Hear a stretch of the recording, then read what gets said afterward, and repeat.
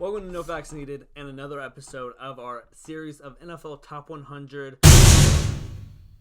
This episode, we're going to be talking about 50 to 41. So right at 50, we have the Viking safety, one of the best in the league, Harrison Smith, previously ranked 64. Yeah, Harrison Smith is always underrated. I mean, he's one of the best safeties, period, in the league. He could really play strong or free. Or linebacker. Yeah, they call him Harry the Hitman for a reason. So when he's in the box, when he's playing strong safety, I mean, dudes just really do not want to get tackled by that guy. He's forcing fumbles all the time, and other than that, he's just going to hit you really, really, really, really hard. And then, outside of that, he's also playing coverage all the time. The Minnesota Vikings, they know how good he is, and so they kind of allow him to do a lot of different things. Sometimes, from time to time, he can be taken advantage of in coverage just because he's a little bit slower as he gets up there in age. But that shouldn't take away from how good he is. So number 49, the Titans running back, one of the best in the league last year, Derrick Henry. He was previously ranked 10th. I think Derrick Henry is really, really good, and he looks like I get it, okay? He looks like LeBron James out there playing running back, basically. Like, he's huge, and he towers over like half the players that are on the field. So when they try to tackle him, it's just comedy, basically. Derrick Henry had his best year of his career last year. Now I want to see him do it. Not this. Maybe I don't expect him to do the same thing this year, but he has to kind of come out here and kind of prove that he's a real bell cow from year to year, not just a one-hit wonder. So for now, I have him at 49, but that's subject to change. If he does it again this year, who knows? Who knows? All right. Next player, right at 48, Jason Kelce, previously ranked 94.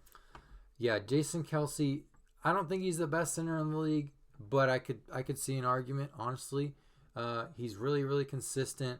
He doesn't get beat very often in the pass game, in the run game. He's just a force, and I mean, the Philadelphia Eagles are really lucky to have him.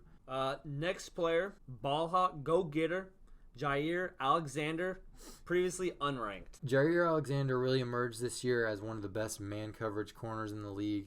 The Green Bay Packers, they finally got what they wanted out of him. As a first-round pick, I was kind of skeptical, honestly, for him coming out of Louisville and everything. But he's every bit of what they need him to be. He's a true number one, a top 5 corner in the league, can play pretty much anywhere, and, make an impact, lock guys up. Okay.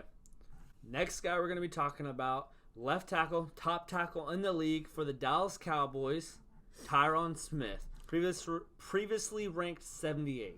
Yeah. The only thing that holds Tyron back is his body. And I know he's had a lot of nagging injuries from his back, legs, arms, all that stuff. But he's a mountain of a man. Like, he's the Derrick Henry of O-linemen. He's an absolute freak. He lifts like 700 pounds. He might have a couple of, like I said, weak points because of his injury. But all in all, in terms of tackles, I don't know if there's many better than him. Yeah. Okay. Number 45, one of the all-time greatest defensive ends in the NFL history, Texans, J.J. Watt. We have him ranked 45. Did he peak a couple of years ago? Yeah, probably.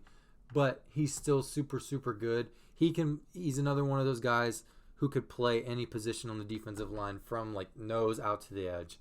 And that's really, really rare.